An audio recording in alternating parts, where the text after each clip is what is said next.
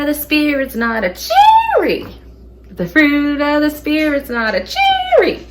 If you want to be a cherry, you might as well hear it.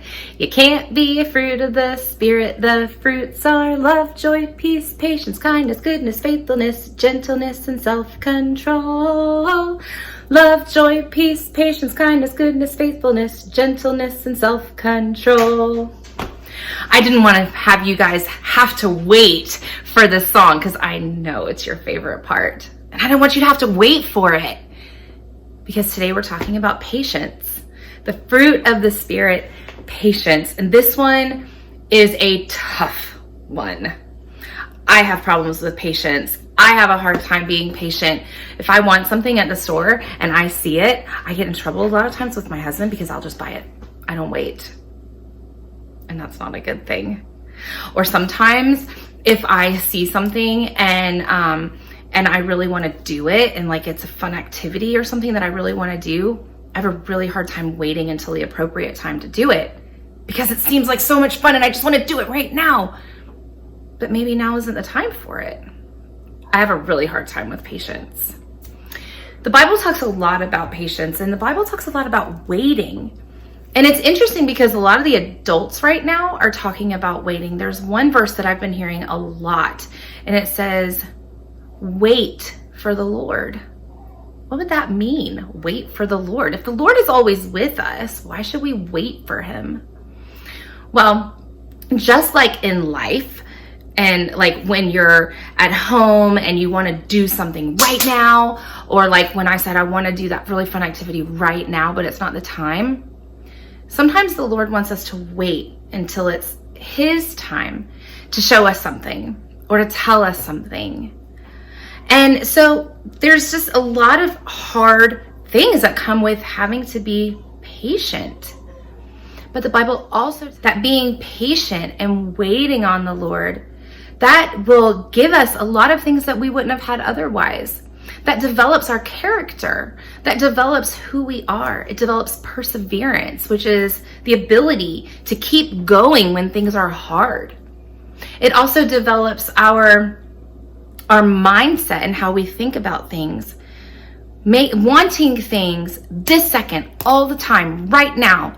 That's not very good for us. And a lot of times it's not very good for our relationships either. So patience is something that we really should learn to develop. There's other ways to be patient too. Sometimes you need to be patient for things that you want right now. But there's also the side of patience where we need to be patient with one another.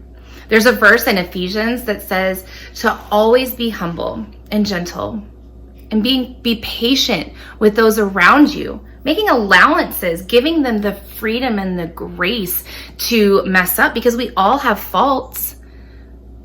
But because we love each other and because we are in the same family, whether it's in our biological family or we're in the same family of God, we should be able to be patient with each other, allowing for each other's faults because we love one another.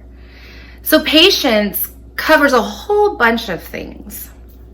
Now, one way that I really struggle with being patient, I'm going to show you guys right now. So I've got a box of Jell-O and it's cherry Jell-O. Cherry Jell-O is my favorite. Actually, lime Jell-O might be my favorite just because it's green, but cherry Jell-O is awesome. And I want to make some cherry Jell-O because it sounds really good. And I know that my kids really like Jell-O, so I'm going to make some. But it's going to take some patience. There are steps involved in making Jell-O. And Jell-O is supposed to be eaten cold, right? Okay, but you start out making it hot. Well, that's weird. How do you go from hot to cold quickly? You don't. So it's gonna take some patience. So let's go make some Jell-O. Okay, so here's what I'm gonna do. I'm going to put 1 pack of my Jell-O into my pan here. And I'm gonna have a cup of boiling water. This is really hot. All right, so I'm gonna take this cup of boiling water, I'm gonna put you down. I'm gonna pour it into the Jell-O. All right, now let's stir, dissolve the Jell-O, get it all nice and dissolved into the hot water. And this pan might be too small. So this is also part of the whole process. I have to stir, and sometimes it takes a long time.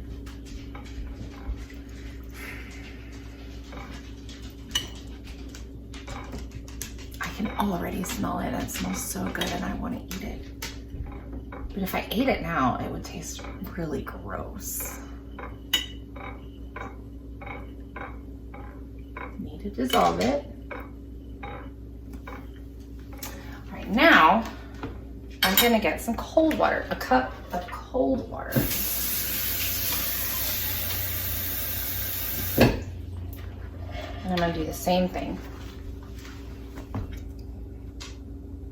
I'm gonna pour this cup, ooh, it fits, this cup of cold water, and I'm gonna stir it again.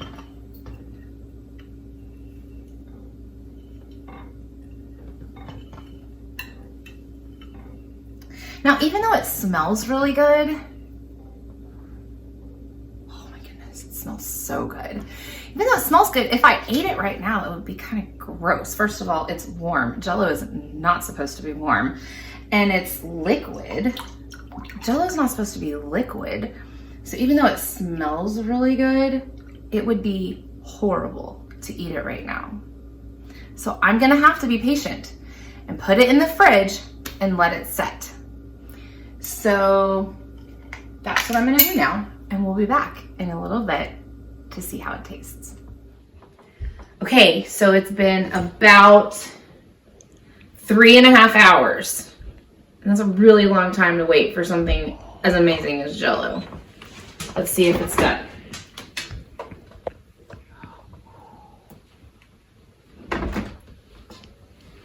Looks done. Feels done. Let's take a bite and see.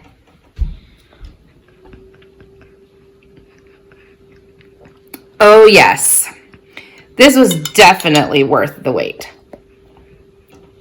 So the next time you guys are tempted to be a little bit impatient about something, think about my amazing Jell-O. And maybe you can try and be a little bit more patient, because good things are worth waiting for. And the Lord only wants good things for us. All right, guys, we'll see you next week. Bye.